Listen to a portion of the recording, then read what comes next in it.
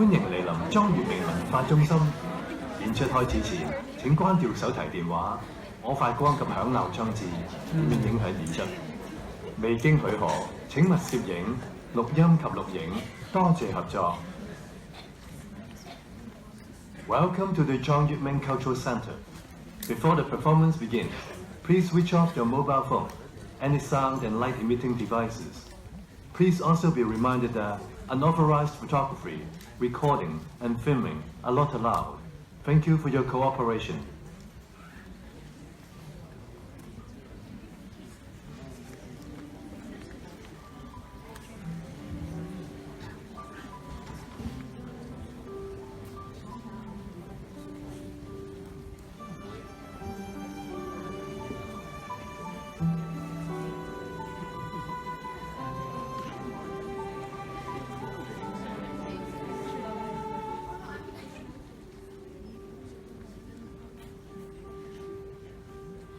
誰亦要高飛一次證明，存在有終於這個旅程。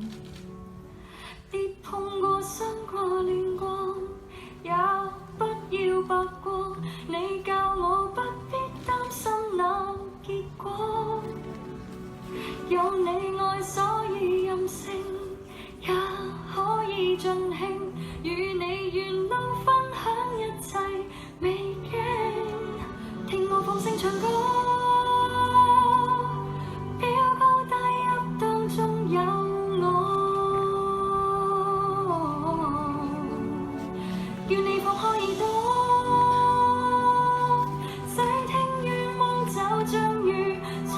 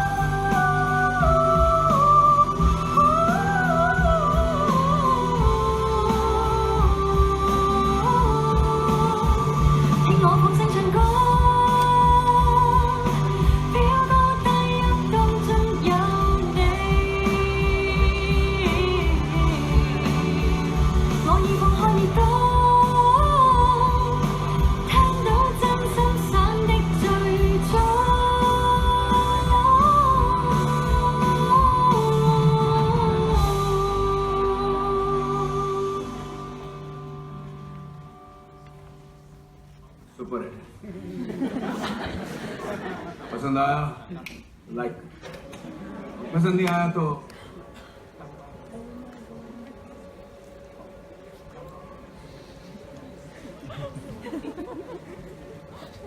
Hello everyone. Hello. Sorry for the delay. I'm really sorry for the delay. It's been a very busy day. You don't know how many people are at the backstage now. Okay. Dear guests, students, and colleagues from Hong Kong U, give us up a round of applause first, okay? And as well as all the online audience today, welcome to the Yuet Auditorium of Hong Kong U, and also joining this GE talk by the General Education Unit, and courtesy of Echo Films and Secret Superstar. My name is Wong. Hello.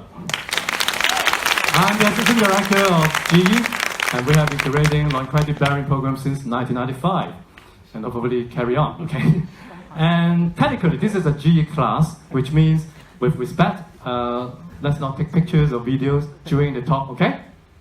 But before and after, maybe a little bit. But with our, instruction, so that we can have a smooth class tonight. Is it okay? Yes. Cool, thank you. And as part of our GE tradition, we always invite student moderator to join in event like this. So we have Ruhi tonight. Thank you, everyone. So, my name is Ruhi Soni. I am a Year 2 Science undergraduate student, and I'm one of the moderators today. We're actually really excited about today's event because the speakers tonight have an amazing line of work. Our first speaker today is Mr. Amir Khan. Now, I'm sure he does not need an introduction, but this evening would be incomplete if I didn't highlight at least some of his achievements. He has worn many hats. He's been an actor, director, producer, creator and host of the TV show Satyamev Jayate, which is Truth Alone Triumphs, founder of Pani Foundation, brand ambassador for UNICEF, and so on. His movies have enjoyed so much success in India as well as abroad. Movies such as Dangal, Three Idiots, PK, Rang De Basanti, Lagan, Tare Zameen Par. All these movies have been exemplars on how he can enjoy mainstream success while also using his platform to raise awareness on social issues. How about our second speaker? Oh wow, good memories, right? From Bangalore, the Silicon City of India, also known as the city of Garlic. Another speaker is of course our alumni, Miss K.J. Jang-on-K. She is also the singer of the Hong Kong version theme song of Secret Superstar, and also one of the lead vocalists of the Hong Kong Youth Centennial Celebration theme song, Brighten Me With Virtues, Ming, right? And now, this is about 6 years ago. Without further ado, let's welcome our guest speakers on stage with our Hong Kong Youth Hospitality! Mr. Amir Khan and Ms. K.J.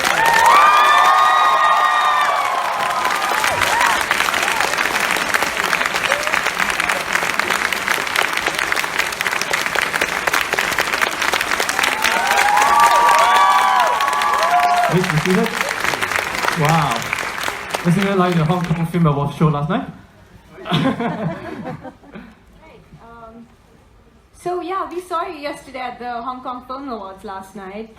How did you enjoy it, by the way? I had a great time. I'm not usually known to attend award functions. But it was very enjoyable.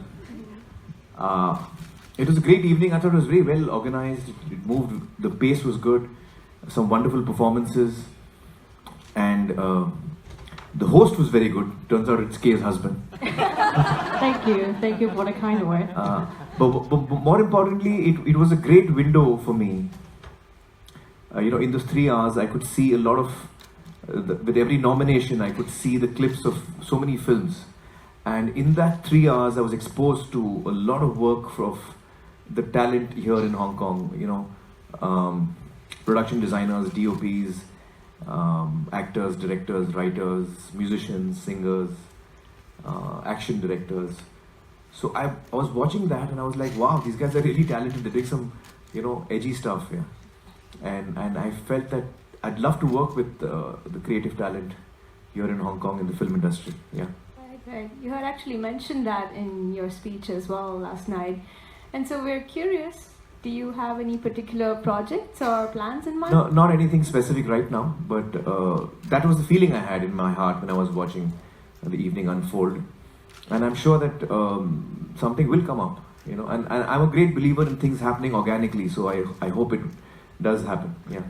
Yeah, let's wait and see whether it would be Andy Lau, Louis Chung, or K.J. Okay? Or anybody else. How about you? How do you feel about the film award that Amir attended last night? I was at home, so I was watching the whole thing at home. I was especially excited because my husband was in there, being the host, and of course I enjoyed the whole thing. I'm proud of Hong Kong movie industry myself. I do. Yeah, welcome home again. Okay, yeah, alumni from Hong Kong, UK. Ruhi, let's start off with our conversation, and later on we will start off with you Q&A, also from online audience too. Okay? Right. So this would be a good time to remind the people joining us from Facebook Live. Please continue sending us your questions, but be sure to briefly introduce yourself before your questions. Mr. Khan. You have been an inspiration for a lot of people sitting here, and so we were curious. Did you have any role models while you were growing up? Let's put it. We have a wild guess game. Maybe you have a minute of pondering too.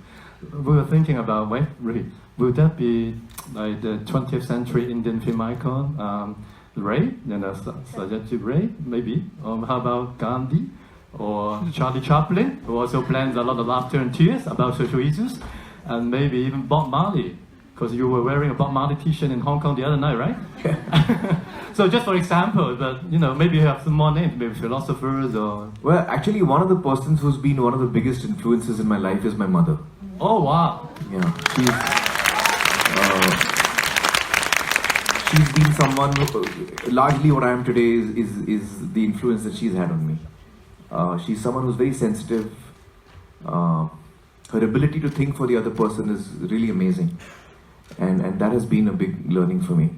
Other than that, I think there is no one person I can name who has been an inspiration for me. I find inspiration in so many things, in a good performance, a good film, a good poem. You mentioned Mr. Gandhi. He's certainly someone who has been an inspiration. I've read his work. I've also researched some about him. I find inspiration in a tennis match. When I watch Federer play, I'm a huge Federer fan. So when I watch him play, I'm like, whoa. So, his ability to focus and give it all. So a lot of things inspire me. There's no one thing. I can't mention any one thing, That's very, very interesting, because mother goes first, and then I think that also relates to the Secret Superstar later on, but we will deal with that later. Meanwhile, maybe Ruhi and I also discussed that you are very into the social issues that has been on your movies. Maybe Ruhi has that question about that challenges and also the balances that you have been facing in these days, right? Right. Actually,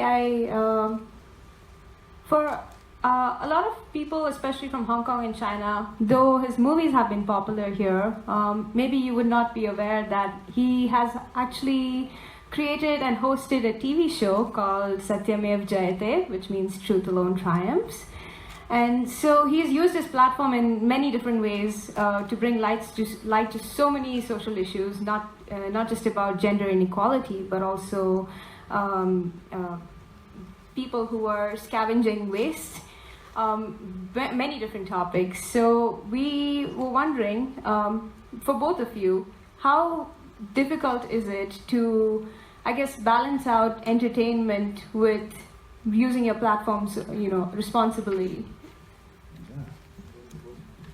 Mr. Conference? Well,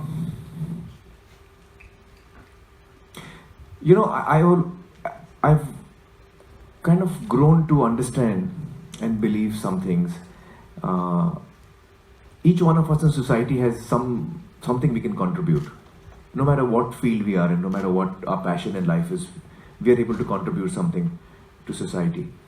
And I used to often wonder, what is the role of a creative person? Not just an actor, I mean a director, writer, singer, musician, poet, painter.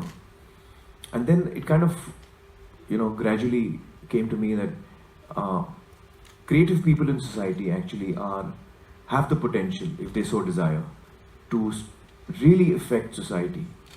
Because it's through our work that we inspire people, we bring hope to people, we can build social fabric of a society by instilling values in kids from a very young age.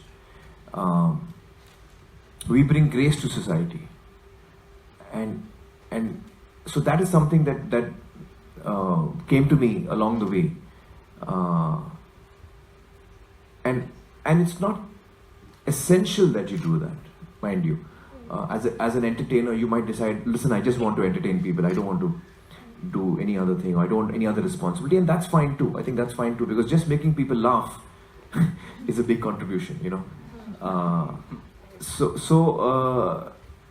You see, when you want to try and tell people about, let's say, female feticide, and the dangers of that, the trauma of that on a woman who's going through that, and you want to sensitize people about that, we have laws for it in India, but that hasn't changed. That hasn't affected people. So my feeling is that laws which come from up on us, we don't tend to follow them if we don't believe in them or if we don't agree with them. So if you really want to change hearts, you have to start from the bottom and make people realize that this is something I don't want to do. And then you won't need the law, if you know what I mean. If you make a person realize that, listen, my girl child is as important to me as my boy child, then you won't need a law,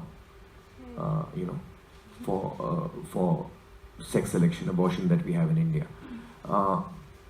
So I feel that creative people do have the opportunity, if they so choose to contribute a lot, and that happens through our work, and it has to happen naturally. So I've tried to do in my films. Not all my films have social messages, because as a creative person, I go with what my instinct is.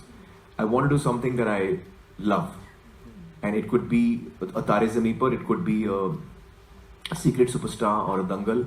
It could also be a Delhi Belly, which is a highly irreverent film, one that I loved. Or it could be Thugs of Hindustan, which I'm doing next, which is action adventure film. There's no message there. So as a creative person, it's my excitement to do different kinds of work. In fact, in Thugs, I'm playing a guy who is really, you just cannot trust him. The character that I play in Thugs, he will, he will make you believe that you can trust him, and the next minute he'll stab you in the back. So that's the kind of guy I'm playing. I don't want people to follow that. So just like Mr. Khan said in another interview in the New Delhi TV, it's a long process, right? We've got to start at some point for social empowerment, right? Yes, yes. It's a long process. And now let's rewind back to Kay's growing up, your role models or your appreciation of Mr. Khan's works. Can you share some of those initial dreams? Where you started with a singing contest or early on? I think maybe some of the audience today may not be very familiar with me and my work, so I'm going to start with a little bit of my background. I started making music of my own when I was 28, and I started the whole thing because I want to transcribe my life experiences and my sentiments, my love to my city into my music, so that maybe several decades later, when somebody interested in Hong Kong, interested in what people living here is caring about, or how do Hong Kong people live their lives, they can look into my music, they can listen to my music, my albums, and they can have a picture how people at my time are living our life, and my feelings. More importantly, is our feelings living here. So including social issues in my work is kind of like a very natural process, because my daily life, like I take a bus, or when I go to some places, I meet people, all of it could be the topics, the themes, things that I'm interested to put into my music. So what you've talked about, how do I balance between entertainment and also the impact of my music, like when we're talking about social issues. At the very beginning, it is too personal. I didn't think about the balance. It is just what I really want to share. At some point, I think sharing is caring. So I care about this, so I talk about this. Later on, when I gradually learn to become, because I really have to learn how to become a singer. I don't born a singer, so when I first entered the business, I just want to express myself. So gradually I learned, oh, okay, being a singer, you got responsibilities as well. So I gradually learned to have a balance between entertainment and my views. I would say I do hope people enjoy my music as well. Not only like I express myself and you don't really enjoy it. That's not my point. So I would say I was striking a balance between them, but how is very vague and difficult to tell. But I do want to balance both. Okay, thank you, Kay. And how about your role models? Can you name one or two, or if you like? If I say it sounds like a copycat, because my role model is also my mother. Yeah, she is a very simple person. She is very direct, and I love her. I love her the way she is. She look at people and she always look at the good side. So it is what she affects me most. So when I become a singer, I am very aware of what I put into my music. Does it come from a good heart? Does it come from a good intention? So even though I have been singing about quite a lot of different things, I always check within myself, do I do all this for the good of a lot of people? So yeah, my role model is also my mother. Wonderful. Give a round of applause to all the mothers. And actually in the movie, Ticket to the Sky talked about motherhood a lot too. And I wonder if you have some reflections after watching Mr. Khan's new movie and about your mother of 2 kids, right? Okay. Yes. Yes. One point, I did cry a lot at the point that when I found out Insu. Oh, by the way, Inshu is in the audience. Yeah, Insu. Give her a round of applause. Yeah, Miss Kara Bazim. Sarah is here with us today. So, Where is she sitting? where is she? She's around, you know, she's singing. She's a secret superstar, that's why. Yes, Maybe in the backstage, or maybe next to you. Okay, so sorry to interrupt. Okay, thank you. So when the story came to the point that Insu found out that, oh, I'm sorry, it's gonna be a spoiler. Can I say that? No, okay, no. I better not do it. Careful about it. Yeah. Okay, I try to rephrase it. So sometimes I do think we face gender inequalities here in Hong Kong as well. Sometimes I do. Like when I told you I entered the business, the music industry at the age of 28. Does it catch your attention as well? 28. It's rather old, right? No, seriously, if you're my friend, you're my best friend. I'm 28 already, and I was a teacher, and I'm having quite a good income, very stable life. So would you give me advices like, okay, no, do you really want to do that? Do you really want to go that way? Because you are already having a life, and at the age of 28, I don't want you to become a joke. Some of my friends do say that to me. They did. So it's a very light issue comparatively to what Insu faced in her life.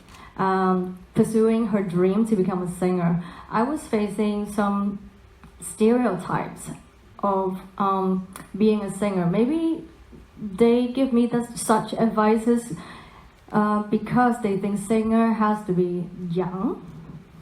They have to be like attractive on appearance. They have to like have a certain kind of characteristics to attract people. So in my friends' eyes, maybe I lacked all those characteristics. So they give me advices not going there. But in my point of view, I think everybody got a voice. Everybody got their own views. And when they come to the point that they really want to express it, they should. So I just go ahead. So when I got into the business, I do feel sometimes female singers face a lot of stereotypes. Like we are constantly being compared on our appearance. Like after I gave birth to my babies, I was constantly asked, do you have to like lose weight in a real quick manner so that you won't disappoint your fans? Like a lot of, I would think, not very appropriate questions I was always asked. So these are very minor issues compared to what Insu really faced in her life. In Insu's life, I think gender inequality sometimes is life and death matters. So that's all I have to say. If I go on too much, that will be a spoiler, a big spoiler. So I'll stop here. Thank you, Kay, for sharing that. Yeah, it's, good. self-reflection. Thank you for also sharing, not just the challenges that you had to overcome and the stereotypes that you faced, but going back to who you said was your rock, I suppose, throughout this, which was your mother, and as for you as well. And that's actually, so I saw the movie Secret Superstar, and one of the things that I liked about it was that even though at the core of it, it's a celebration of motherhood, the movie that's what it is, but the way that the relationship was portrayed between Insia and her mother, it wasn't just, a mother-daughter relationship, but it was also of two friends who are learning from each other's mistakes and helping each other grow. Mm-hmm. And so I was wondering if that was a conscious decision on the part of you and the filmmakers, and what made you portray them in that way? That's all the writer's vision. Advait, who directed the film, is also the writer of the film. So this is the way he conceived the film. This is the way he imagined the characters, and the relationship between the mother and the daughter being of friends is something that he wrote. Yeah. But that was a beautiful way to... It was, yeah. I think it was very well written. Yeah. Mm-hmm. And then the music world, that the singing contest, and also the award show, it's all like real life mixed with some of these our day-to-day life these days with the social media. So social media is such a big thing that may be channeling a lot of different ideas, right? Positive and negative. How do you both deal with these as filmmaker, music maker, about a lot of different comments? Mm-hmm. Do you think that social media has these both sides that you have to handle, especially? In the social media? Yes. Well, I think it's a great platform to interact with people. Earlier, when all this wasn't there, I could never directly hear from my fans what they feel about my work. And I could not directly convey to them what I felt. But it's a great opportunity for me to interact directly with people, and for them to interact directly with me. Sure, there's a lot of criticism sometimes, but I think that's great. I think I'd love to hear criticism about my work. It only helps me grow. Some of it is just criticism for the sake of criticism, and you can see that immediately, so you just ignore that. But sometimes people make really important points, and they help you grow, and I think that helps. Yeah. Thank you. How about you, Kay? Yeah, likewise. I do receive a lot of criticism daily. So my attitude towards that is, I do look into it sometimes really seriously, especially when I see somebody got a comment on me and they are serious too. I will respect that. And also in most cases, I just see some very emotional people saying something I could not really understand, so I just ignore it. Or maybe I would tell myself, don't care about that. Just do what you do and show them what you really mean by your work and what you do. Mm-hmm. So it's all part of this long process of self-empowerment and also social empowerment. And nothing's better than face-to-face conversation, right? Ruhi, right? Yeah. So I think it's time for you, both online and here at Ming Auditorium. Let's give them a round of applause first, and then we open the floor. Shall we? Ruhi? Of course. But Okay. Before we do, for those of you who would get a chance to ask questions, a brief reminder to introduce yourself briefly before you ask your question. And since the time is very limited of the busy schedules, maybe we'll get a batch of 2 to 3 each time. Okay, so if you would like to ask questions, please raise your hand. And I know some of your student and also colleague community today, like some groups called Global Diversity, also you belong to, and also he for she group, that these are very concerned with the gender equality, and some professors that maybe our colleague can start to pass on the mic, and also our student helper. Oh yeah, this is kind of show that direction, okay? Yes, Stefan, please go up the stairs. Be careful though, by the way, this is the latest newest venue here in Hong Kong, the 2-year-old Auditorium, the big screen. Okay, let's start with the first one then. Okay. Hello, my name is Ruchita. I'm a freshman from Bangalore. Hi. And this question is directed towards Amir. So I really wanted to know if, when you were doing Satyameva Jayate, were there any stories that really impacted you and really got you thinking? I'm sure each one of them got you thinking, but when I say Satyameva Jayate, is there like a particular episode that just, pops up in your head and you get thinking about it? No, I can't pick anyone because almost every story impacted me so deeply. And when I used to sit on the research, please have a seat. When I would sit on the research with the team and all the material would be shared with us, I think it was the period in my life which was most ravaging. I used to feel emotionally torn, because the stories that you come across are so disturbing. Some of them are so disturbing that you find it very difficult to wrap your head around it and to come to terms with it that we as human beings can sometimes do such things. It used to be very difficult, and it used to be very depressing and very heartbreaking, many of the stories. And some of the stories were so, so difficult to, absorb or even experience. We could not show them on the show because they were too disturbing. So we had to leave out some things which were really too disturbing for a wider public audience. So that was a very difficult time for all of us, not just me, but everyone in the team. But I have to add to that through all of this very difficult material that is to be thrown up in front of us, we would always, in every topic, come across people who were such positive people with such strength and courage and such towering personalities that they gave us hope, that they used to give us hope. And almost every topic that we went through, we used to research for weeks before we actually, went on air for the show. And I would see hours of videotapes and interviews. So every topic would have someone or a group of people, a few people who would be so courageous that what would give us hope.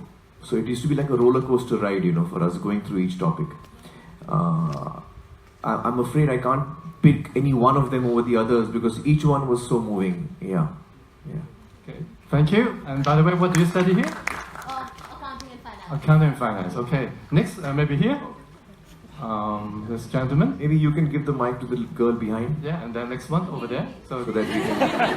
Second one here. Hi Amir, my name is Prasanna. I'm a faculty member here. And, Hi Prasanna.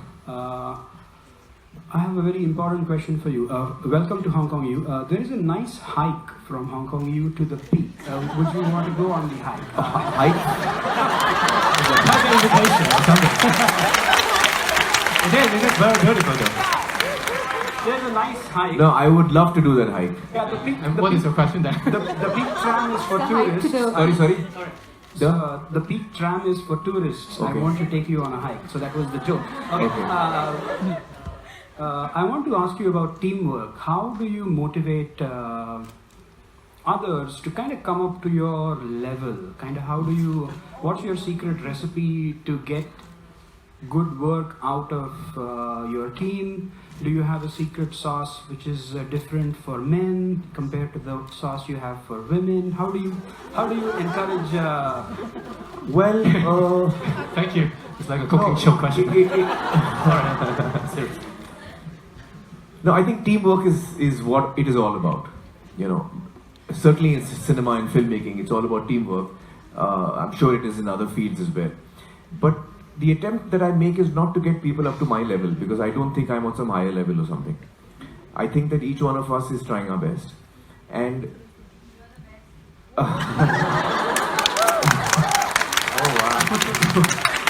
No, it may feel that way, but and yes, I'm trying very hard, but there are times when I'm the producer of the film, and in that sense, I have to lead the unit. I think it's a combination of many things. how can I put it best? You see, the thing is that one of the things that brings out the best in a person is when people have faith in you. And I think that the team that I work with, I always trust my team. And I do, with full trust, I put responsibilities on them. And I trust that they will do their best and they will, deliver. And I think that is something that when someone places trust in me, it makes me also feel that I'm good and I can do it. And I think that is something that's very important, that when you're working in a team, you should be able to trust people around you. And make them realize that by actually trusting them. There is no different way of dealing with women or men, no. It's just human beings and people that you're dealing with. Sometimes you come across people who are diffident, you need to give them confidence. Sometimes you come across people who are overconfident and you have to calm them down. So it's really, filmmaking is, for the producer and the director. It's not just the creative side or the business side. It's also people management. People management is a big part of filmmaking, and how you deal with each personality and bring out the best and get people to work as a team. Yeah. Thank you for sharing this keyword, trust, right? I'm sure you have a lot of teamwork or group projects at the end of this semester. Trust your members. No free riders, okay?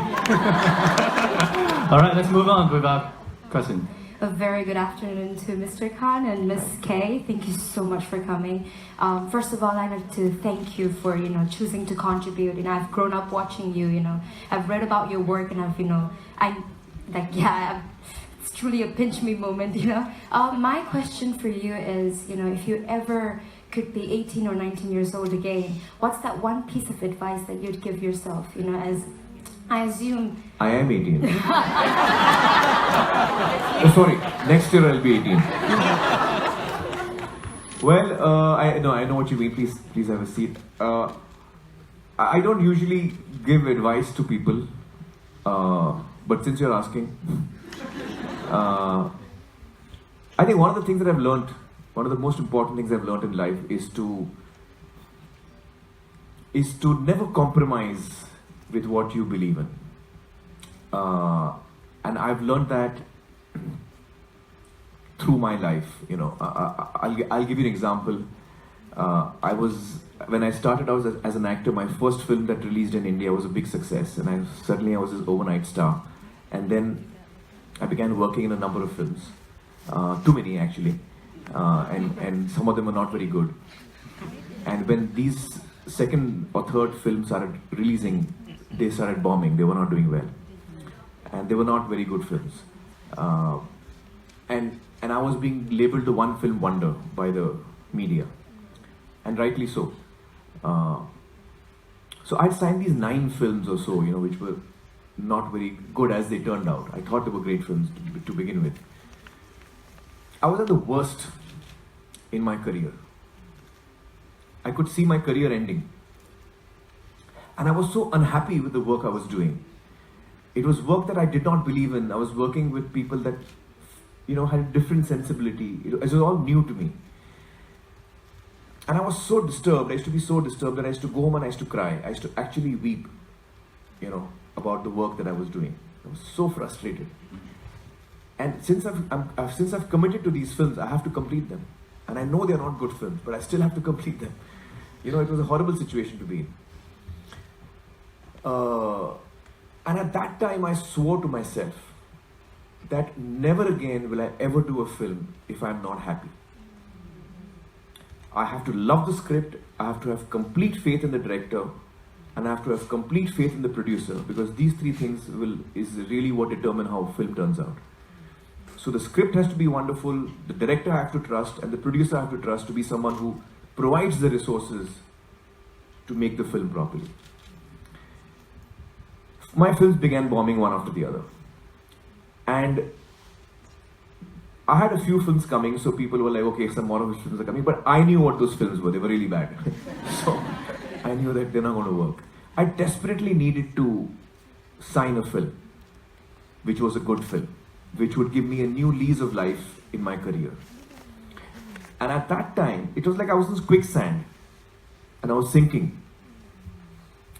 And at that time, I got a phone call from Mr. Mahesh Bhatt, who at that time was at the peak of his career. He had just made Saransh, he had made Arth, he had made Naam, and he was making some really wonderful work, and he was the hotshot director, you know, at that time.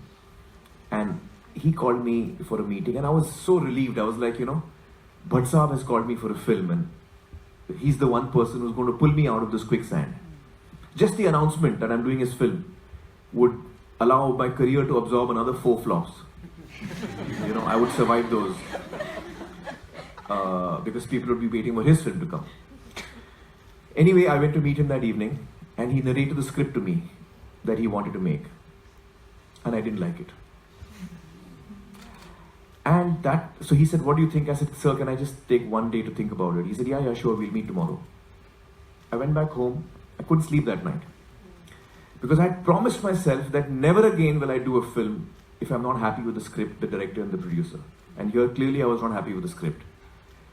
But tactically, it could not have been a better move for me to do. To sign up with Bhatt Saab was the correct thing for me to do to save my career. And all night I thought about it. And the next day I met him in the evening and I said, Bhatt Saab, I can't do your film because I don't like the script. And who am I to tell you this, because you're such a, you know, established director and I'm a newcomer, and you know, probably you'll be so annoyed with my answer that you might not work with me ever again. But he was very sweet with me. He said, no, don't worry about that. If you haven't liked it, you should not do it. What I'm trying to say is that if I had compromised on that day and gone and said, okay sir, I'm going to do your film, the rest of my career would be a series of compromises. When I was at my worst, when my back was against the wall, when I was like finished, my career is over now, at that weakest moment, because I had the strength to hold on to my dreams and not compromise, my career has gone somewhere else. You know, at your worst, when you're able to hold on to what you believe in, then you know, you can move on a path that is completely different. Thereafter, I got to work with him a year later on Dil Hai Ke Mante Nahi. So what I'm trying to, you know, tell you is that as young people, we are faced with challenges. We are often faced with situations where we feel and we are told that you need to do this because this is the sensible thing for you to do. But I have always believed that follow your heart. Your intention has to be right, and you have to follow your heart, and you have to have the willingness to just dive deep into it. Every film that I have done, which has been an experiment, which has been something which has been very different from what mainstream cinema is, everybody around me, all the people around me told me, don't do it, you're making a big mistake. Everyone warned me that you're making a big mistake. Don't make Lagan. I was told, don't make Lagan. I was told, you're putting on weight for Dangal? Man, your career is over. Look at you. You're so fat. So every time I did something that I believed in, I was always opposed. And I'm sure I will still be opposed. I have absolutely no doubts about it. But I've always, followed what I've believed in. I'll tell you one more thing.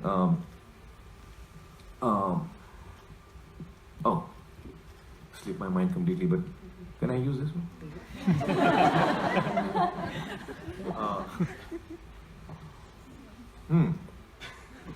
I remember. When I was in school, I did my high school, that's 11th and 12th, junior college. And by that time, I was clear that I want to be in the films. And I told my parents that, I'm going to opt out of college and I'm going to start working as an AD and start learning about filmmaking. And my parents were aghast. This I'm talking about is 81, 82. When, if you were not a graduate, it was a big deal. You have to complete your graduation. You have to be educated. And so my parents were like, are you nuts? You can't just stop your studies. And my uncles and aunts and everyone who I knew, my friends who were my age, who I thought would think like me, said, no, you at least have to be a graduate. Do what you want after that, but at least become a graduate. And I kept trying to explain to them that I'm not stopping my education. I'm starting my education. They couldn't get it,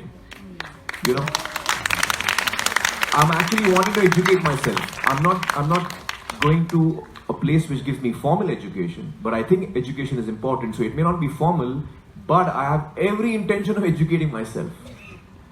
And so even at that young age, when people told me don't do this, I've realized that for me at least this has worked. I've always believed that when I'm clear about something and I know I want to do this, then I just go for it. And no matter what people say around me, I don't listen to them. So many people told me don't do Satyam Vijayate. Yeah, they said you'll lose all your fans, you'll annoy people and they will get so annoyed with you. Yes, a few people have got annoyed with me. But I did not think about the logic or the tactical side of it. I did it because I felt like doing it. I felt that this is what I want to do. So that's what I Wow, what a great storytelling, isn't it? And to you, it's a script. To play maybe, isn't it lyrics? Even though you have a close partnership with Adrian Chow of the lyrics. And this time you have a lyricist with Vicky Fong, who is here too, who wrote the Chinese lyric of the Secret Superstar. Give her a round of applause. And the literal meaning of the song is 多聲如初. How is it translated? The voice of heart or initial dreams? Yeah. And it echoes with the movie and also with the story just now Mr. Khan shares, right? I think time is for online audience question, right? Let's do one first and then go back to you guys. Okay, online first. Okay, online first. You are not online. Okay, is there one called Shivanzi? Do you get that? From whom? Okay. Shivanzi. Okay. Yeah, I have a question here. Yes, Yeah, you got that? Yes, Okay, yes. please. So he says, "Hi Amir, I am a year 1 undergraduate student at HKU studying International Business and Global Management. Welcome to Hong Kong. Thank you.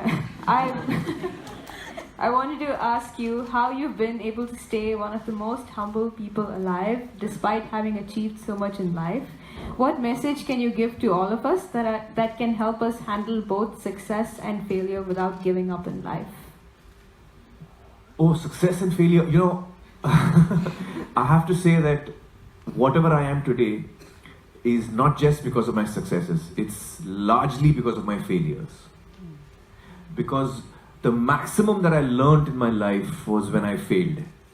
This phase that I'm talking about, the films that I signed on, which I didn't like, they taught me so much.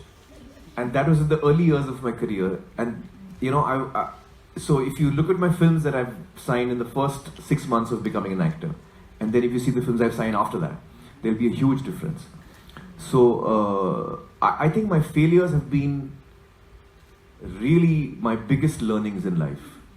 And I think that all of us face success and failure. I think in failure, you should, of course, be disappointed. I believe in mourning your losses. Like when my film doesn't work, I really weep. I'm like, this is the end of the world. But then it's important to mourn a loss and get it out of your system. And then you pick yourself up. And then you try and understand, why did it happen? What went wrong? And then you discover what went wrong and you learn from that. And your failure should make you stronger, not weaker, is what I believe. Success is more dangerous. Very few people can handle success. A lot of people have, got top heavy and they topple over with success. So success is something you have to be really careful in handling. Yeah. You have to understand that your success is, especially in films, you have to understand that your success is as a result of a lot of people coming together and making something. So when people look at me and say, "Hey, you're really successful, you've done some wonderful films," what I tell them is that you're looking at me because I'm the face of the film. But if you like PK, remember it was written by somebody. I hadn't thought of the script. If you like Dangal, it was written by somebody. If you like Secret Superstar, it was written, 3 Idiots, it was written by somebody. All of these films have begun with a writer who sat alone, or maybe with a partner, sometimes there are 2 of them, and they have written out the script. And this is the script that I loved, like you're loving the film. So it has begun with a writer, and then a director became attached who contributed to visualizing the whole thing. I'm just naming 2 people. There's so many people who come together to make the film. and you have liked it because of the collective contribution of all of us. The actors just happen to be the face of these films. And the success that these films have given me is actually a shared success. You know, and the moment I start assuming it's mine, then it's a problem. Thank you, Mr. Khan. Okay, thank you for joining us, online audience. We'll be back to the auditorium. Wow, it's a tough one. We got so many hands. Maybe Mr. Khan, I'll leave it to you. Maybe on the right side. Tallest hand with the red t-shirt right at the back. Wow, Hand is almost touching the ceiling here. Okay, please run up. Okay. Wow. And of course, you can remember we have also Miss K here tonight. Okay. And you can refer both guests with the question to. Hello. Okay. Hi, my name is Karthik. I'm a Hi, final Karthik. year student here. And my question is addressed to both Ms. K and Mr. Khan. Thank you. So, basically, I know a lot of artists, like both of yourselves and a lot of other people, try to raise issues, like social issues, through their work. But a lot of these times, it gets people to think about it, but more often than not, it doesn't get them to act on it. So what do you think actually can be done to change that fact? Thank you. And what do you study here? I'm finishing my finance right now, final year. Okay, well, a lot of finance students, yeah. All right, amongst others. Okay, please. Okay. Oh, Mr. Khan. I think, so there are 2-3 aspects to this. I think that when you're doing a film or you're doing a television show like we did in Satyamev Jayate, let me start with film first. Through a film, you're sensitizing people. You're making them understand certain things. And I think that is one of the biggest steps that you can do to bring about change. If I feel differently, I will start acting differently. So I may not have a direct impact then, here and now, but I believe that creative work, when it has an impact, you see the result of that impact 5 years down the line. You know what I mean? Change is a process. It doesn't happen overnight. So I think films and songs and, you know, a lot of this have impact, but you see the result a little later down the line. In a television show, you can be more proactive. You can invite the audience to be more proactive. Like you can ask them to contribute. You can ask them to contribute their time. You can involve audiences in different ways. If you want to go beyond that, then you have to step out of the realm of a television show or a music concert or a film. For example, what we are doing with Pani Foundation right now. Kiran, my wife, and I have started something called Pani Foundation, and you can go on the website and check it out. We've been working for the last 3 years with farmers in rural Maharashtra, trying to help solve their water problem. So every year in Maharashtra, there are areas where very little rainfall is received, and they go through severe droughts. And what we believe is the solution to this is decentralized watershed management. When each village does its own watershed work, then that is the key to the solution. And we have created an organization which teaches farmers how to do watershed management. So this year, in the months of Feb and March, we have trained over 21,000 farmers in these 2 months in watershed treatments and methods of watershed management.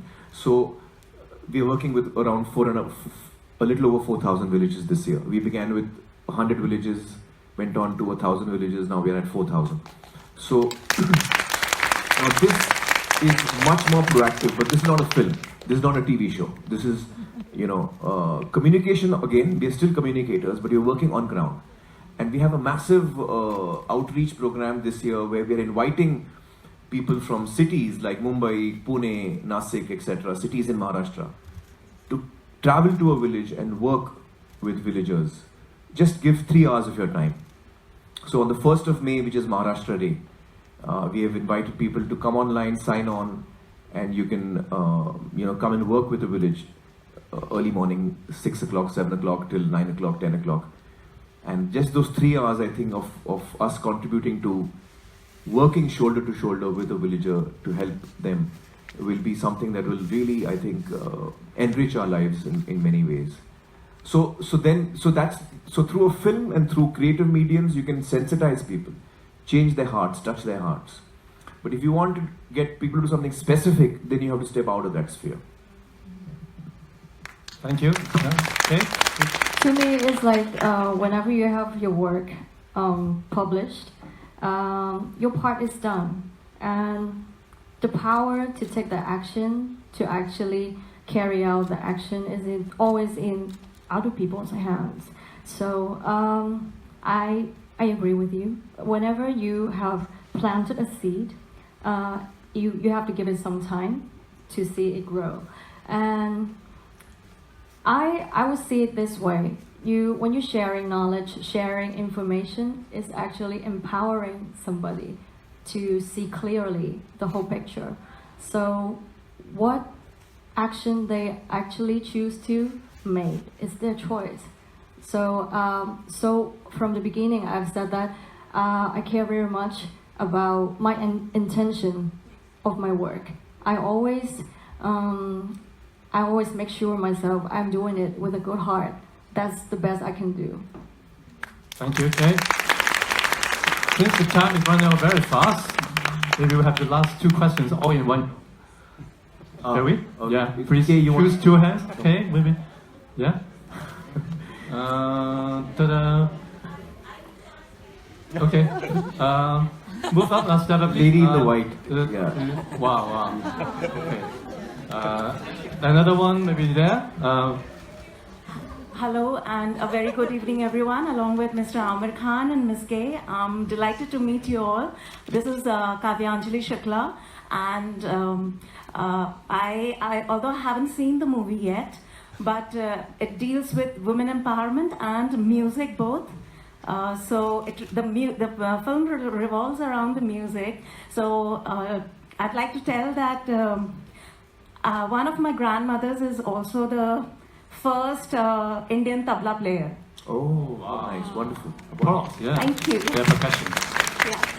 And like in the past 2 generations, people have been in films, Indian Hindi films, and you have worked with one of my relatives as well. Oh, what are the names?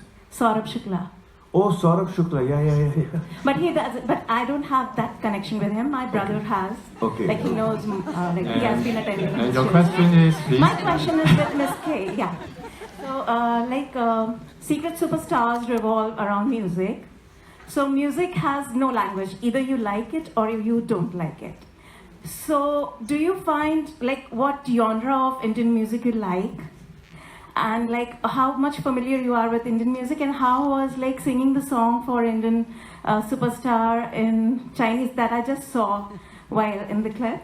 And the other thing I would like to is for Mr. Amir Khan, that please introduce that genre of music that we used to have, like, you know, for like Indian folk, which is like missing these days, like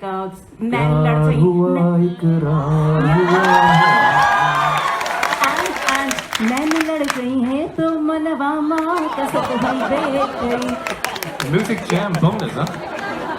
Thank you. Okay, you want to answer this question No, first let Kay go. Yeah, let Kay go first. She wants to know what experience you have of Indian. Have you heard much Indian music or not much?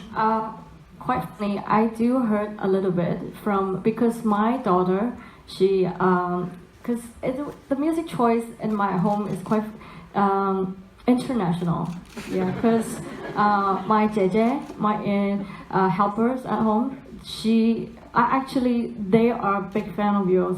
Oh. And that's why they have a lot of interest in Indian music and movies. Okay. That's why I've been listening to quite a lot. But of course I don't understand because I don't really understand Indian. But it's colorful, I would say, and usually very funny.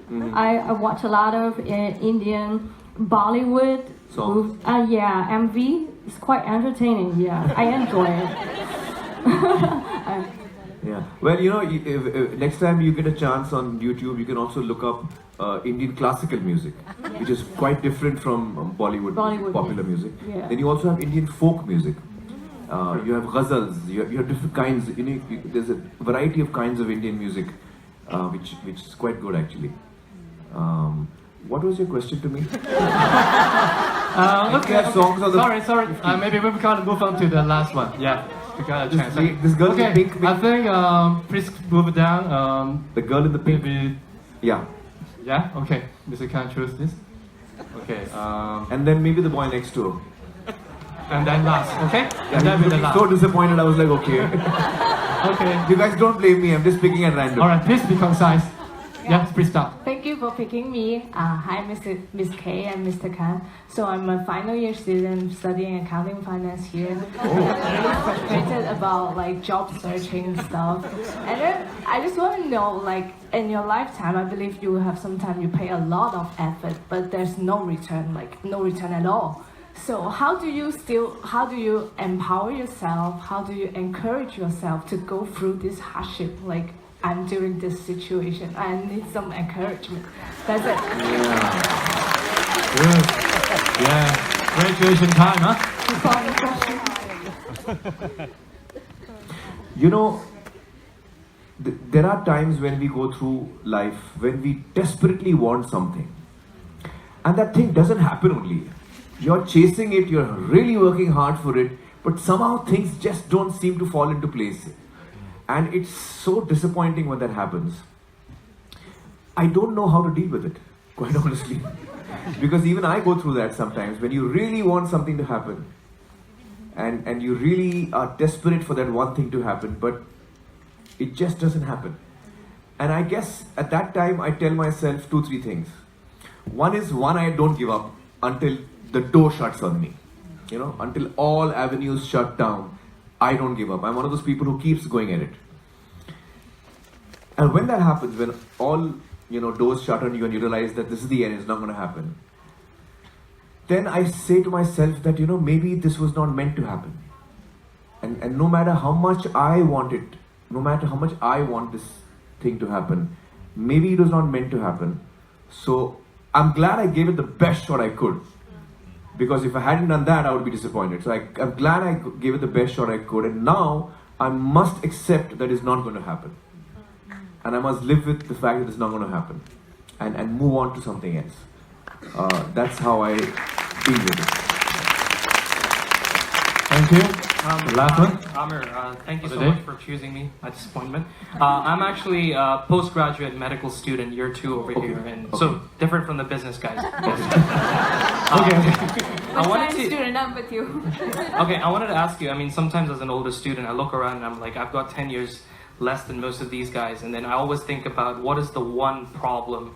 If I spend the rest of my life dedicating myself to life to that, what would that one problem be that I would want to solve in my life? You've talked about the Pani Foundation. There's a lot of ethnic minority work. I really want to thank you for being a good role model for Indian people in Hong Kong especially. Thank you so much. It means a lot to us. I'm born and raised here. So my question to you is this. If there was one problem, say, other than the Pani Foundation that, Amir Khan would want to solve in the rest of his life, it could be the next big thing. It could be, redoing India's healthcare system with a good immunization program and stuff like that, or it could be anything. What would it be? Thank you so much. I have to do only one thing. Or the next thing you would want to do. Because I don't know if Satyamev Jayate is coming back for a next season or what. Well, my entire team of Satyamev Jayate is working in Pani Foundation, which is why we're not able to do a show on television. The one thing I'd like to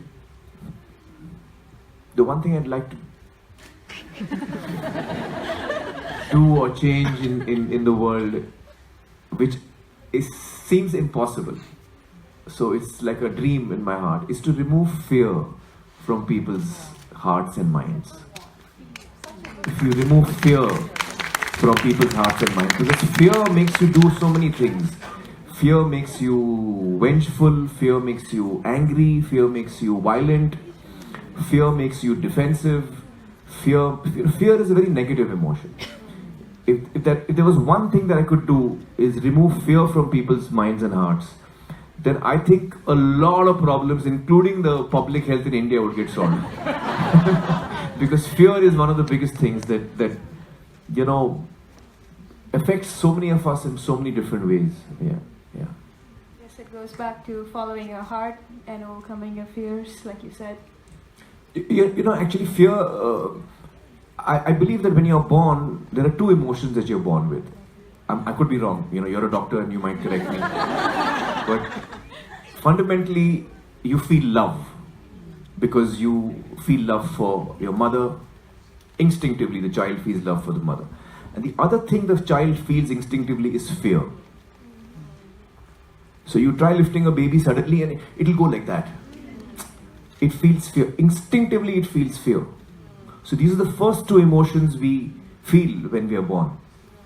And one is negative and one is positive. Fear is a very negative emotion. If somehow we could remove fear from people's hearts and minds, you should do research on that. You're a doctor. Thank you so much, and Aditi. Thank you. He also agree that more laughter, more smile in the family. Actually, this is a question from our team and also from our family back home. That what makes you laugh, or home make you laugh, or you too smile, brings more hopes in the future to build the dreams. Especially a lot of young bright minds here, excellent with a soul. Yeah. What makes you laugh at the morning, in the morning, or in the beginning of the day? What makes me laugh? Yeah, or smile. Well, when I wake up and look at myself in the mirror, I have a good laugh. I think that's the first thing that makes me laugh. But actually, honestly speaking, the thing that brings a smile to my face is my child, Azad, who's 6 years old. I just look at him and I feel like smiling. The other thing that makes me laugh is Kiran. I think, Kiran and I share a very special bond. And Kiran my is wife. his wife. Yeah. Yes. So Kiran and I are constantly cracking jokes and making each other laugh.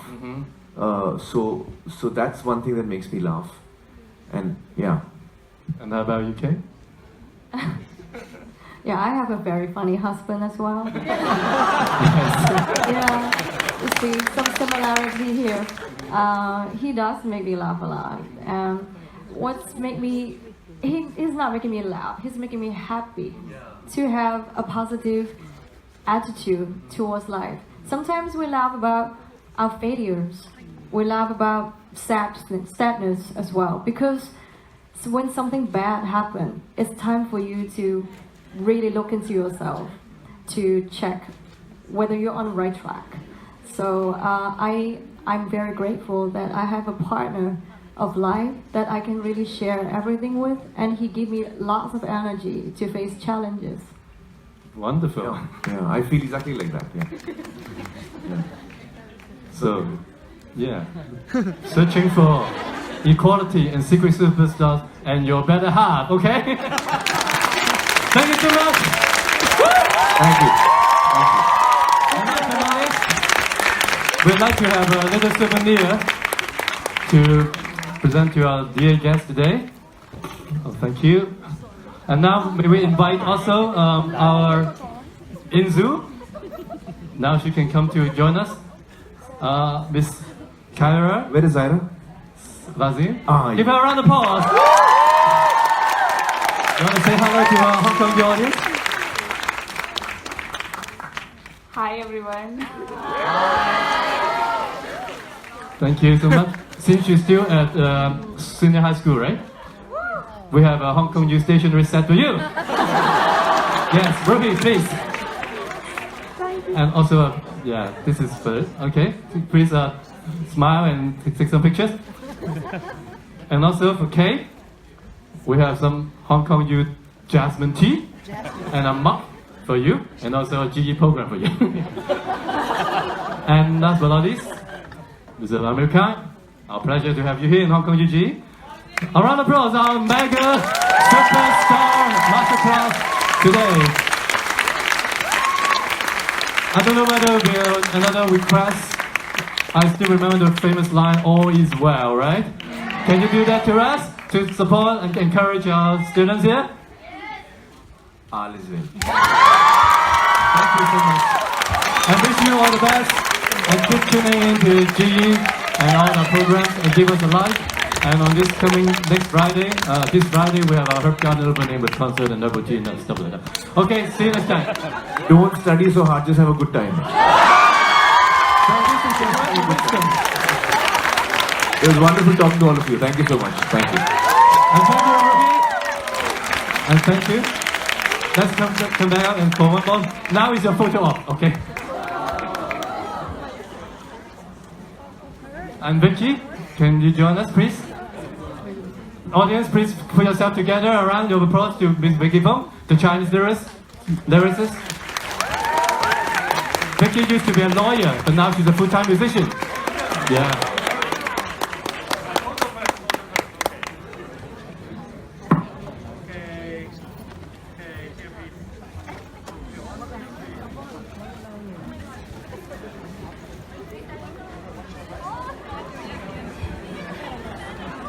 And if you mind, don't leave yet. We're gonna have a big selfie. Please stay where you are. Please stay where you are.